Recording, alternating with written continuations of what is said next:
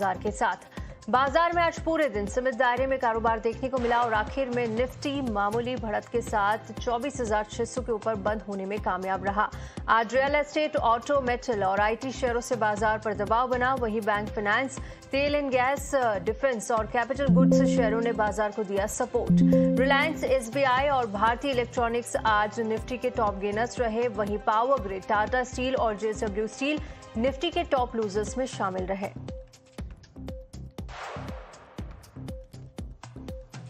Nifty bank में आज खरीदारी देखने को मिली। निफ्टी बैंक इंडेक्स आज करीब 0.5% चढ़ा। निफ्टी बैंक करीब 325 अंक चढ़कर 58,000 के ऊपर बंद हुआ। सरकारी बैंकों ने आज बैंकिंग इंडेक्स को अच्छा सपोर्ट दिया।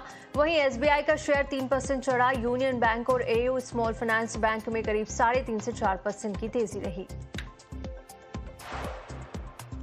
डिफेंस शेयरों में आज दमदार तेजी देखने को मिली। हिंदुस्तान एरोनॉटिक्स, मजगांव डॉक और एमटारटेक का शेयर 5% से ज्यादा की तेजी के साथ बंद हुआ। मिश्र धातु निगम, भारत डायनामिक्स और गार्डन रीच शिप बिल्डर्स में भी 3 से 4% का उछाल रहा। मजबूत ऑर्डर बुक, एक्सपोर्ट और सरकारी खर्च से डिफेंस शेयरों को मिला सपोर्ट। वहीं एचएएल, बीईएल, बीडीएल जैसी कंपनियों के पास ऑर्डर बुक रिकॉर्ड स्तर पर है। नुवामा के मुताबिक डिफेंस इंडस्ट्री ग्रोथ के अगले चरण में है। वहीं गोल्डमैन सैक्स ने एचएएल की रेटिंग अपग्रेड की। आज ऑटो शेयरों की रफ्तार धीमी पड़ी। निफ्टी ऑटो इंडेक्स आज 1% तक टूटा। इंडेक्स के 15 में से 10 शेयर आज लाल निशान में बंद हुए। हीरो मोटो, सोना, बीएलडब्ल्यू, बॉश के शेयर में 2 से 3% की गिरावट रही। वहीं एक्साइड इंडस्ट्रीज के शेयर में करीब 1.5% से ज्यादा की बढ़त रही।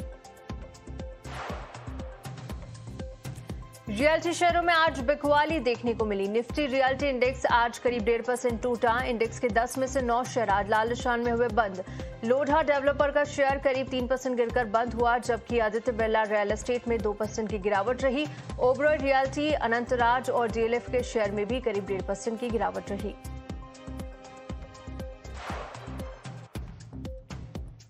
पावर ग्रिड का शेयर आज करीब 4% की गिरावट के साथ बंद हुआ। कंपनी ने जून तिमाही में अनुमान से कमजोर नतीजे जारी किए, जिसकी वजह से पावर ग्रिड पर दिखा दबाव। जून तिमाही में कंपनी के मुनाफे में करीब 1% की गिरावट, वहीं आय और एबिटा में हल्की बढ़त देखने को मिली।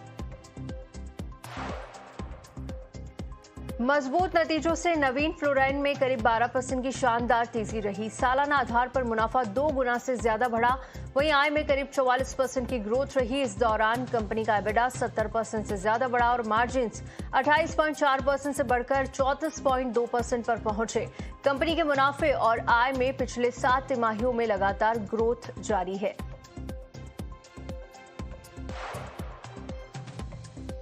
मजबूत नतीजों से न्यूलैंड लैब का शेयर आज 7% से ज्यादा की बढ़त के साथ बंद हुआ। पहली तिमाही में कंपनी के मुनाफे में करीब 10 गुना की बढ़ोतरी दिखी और ये 148 करोड़ रुपए पर पहुंचा। सालाना आधार पर कंपनी की आय में करीब 112% का उछाल रहा। जून तिमाही में न्यूलैंड लैब के मार्जिन्स 12% से बढ़कर सीधे 34% तक पहुंचे। मजबूत नतीजों से शिल्पा मेडिकेयर का शेयर 2 दिन में करीब 15% तक दौड़ा। कल कंपनी का शेयर 13% चढ़ा था और आज इंट्राडे में शिल्पा मेडिकेयर के शेयर में 7% की बढ़ोतरी देखने को मिली। जून तिमाही में कंपनी के मुनाफे में 2 गुना से ज्यादा की तेजी रही। वहीं आय में 45% की ग्रोथ रही, जबकि एबिटा 50% और मार्जिन 28% से बढ़कर 29% पर पहुंचे। अच्छे नतीजों से आज बायोकॉन का शेयर भी करीब 4% की बढ़त के साथ बंद हुआ। जून तिमाही में कंपनी का मुनाफा करीब 4.5 गुना बढ़कर 114 करोड़ रुपए पहुंचा। वहीं आय में 10% और एबिटा में 11% की ग्रोथ रही, जबकि सालाना आधार पर कंपनी का मार्जिन 19.4% से बढ़कर 19.5% रहा। जून तिमाही में बजाज इलेक्ट्रिकल्स ने अच्छे नतीजे पेश किए। सालाना आधार पर कंपनी के मुनाफे में 4.5 गुना से ज्यादा की बढ़ोतरी रही।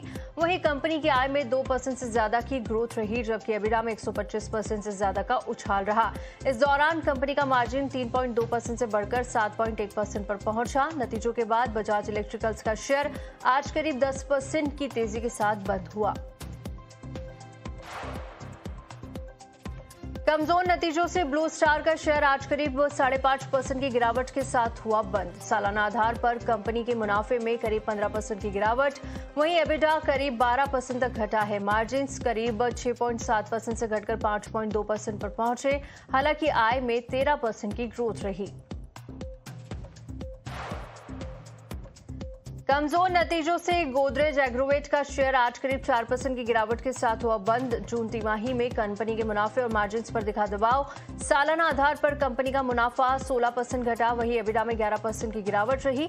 आय में करीब 9% की बढ़त रही, लेकिन ये अनुमान से कम आई। इसी दौरान कंपनी के मार्जिन्स 10.3% से घटकर 8.4% पहुंचे। ट्रेंट ने अपने नतीजे जारी कर दिए हैं। जून तिमाही में कंपनी के अनुमान के मुताबिक नतीजे आए, लेकिन मुनाफा, मार्जिन और एबिडा अनुमान से बेहतर रहे। हालांकि अच्छे नतीजों के बाद भी कंपनी का शेयर आज हल्की गिरावट के साथ बंद हुआ। जून तिमाही में कंपनी की आय में 18% और मुनाफे में 26% की ग्रोथ रही, जबकि एबिडा 32% से ज्यादा बढ़ा और मार्जिन 17.5% से बढ़कर 19.6% पर पहुंचे।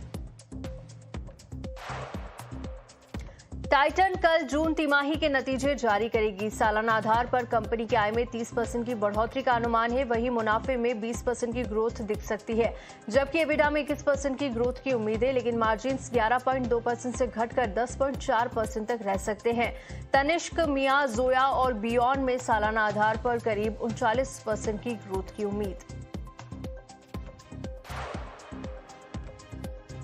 देश की सबसे बड़ी सरकारी बैंक एसबीआई कल अपने जून तिमाही के नतीजे जारी करेगी। सालाना आधार पर बैंक का मुनाफा सपाट रह सकता है, लेकिन नेट इंटरेस्ट इनकम यानी कि एनआई में करीब 13% की बढ़ोतरी का अनुमान है। इस दौरान बैंक की लोन ग्रोथ अच्छी रहने की भी उम्मीद है, जबकि एसेट क्वालिटी सपाट रह सकती है। वहीं निम्स में ज्यादा बदलाव की उम्मीद नहीं। हिंडाल्को के जून तिमाही के नतीजे भी कल आएंगे। सालाना आधार पर कंपनी के मुनाफे में 80% की ग्रोथ का अनुमान, जबकि आय में करीब 50% की ग्रोथ दिख सकती है। वहीं सालाना आधार पर एबिडा में 86% की ग्रोथ और मार्जिन्स करीब 12% से बढ़कर 16% पर पहुंचने का अनुमान।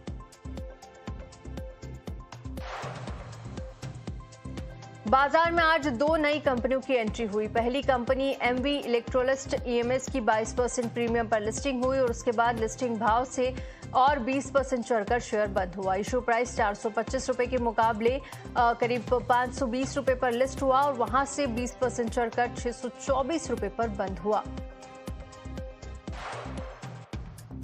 जुनिपर ग्रीन एनर्जी की भी आज बाजार में लिस्टिंग हुई। एनएसई पर करीब 9% और बीएसई पर 8% के प्रीमियम पर हुआ लिस्ट और एनएसई पर लिस्टिंग भाव से करीब 7% चढ़कर 262 रुपए पर बंद हुआ, जबकि इशू प्राइस 225 रुपए था। अब केबल और ट्रांसमिशन इक्विपमेंट मैन्युफैक्चरर्स को लेकर अहम खबर। पिछले दिनों होटल, कोचिंग संस्थानों में आग लगने की घटनाएं सामने आई। आग लगने की बढ़ती घटनाओं को ध्यान में रखकर अब सरकार ने एक अहम बैठक बुलाई है, जिसमें इलेक्ट्रिकल सेफ्टी और रेगुलेटरी फ्रेमवर्क की समीक्षा होगी। इसमें सीईए कर्नाटक, महाराष्ट्र, राजस्थान के इलेक्ट्रिकल सेफ्टी सिस्टम की समीक्षा भी करेगा। बैठक में राज्यों को मानक के मुताबिक इक्विपमेंट और केबल लगाने की सलाह पर चर्चा होगी। खासकर भीड़भाड़ वाले इलाकों में केबल का इस्तेमाल और ईवी चार्जिंग इंस्टॉलेशन पर भी चर्चा की संभावना।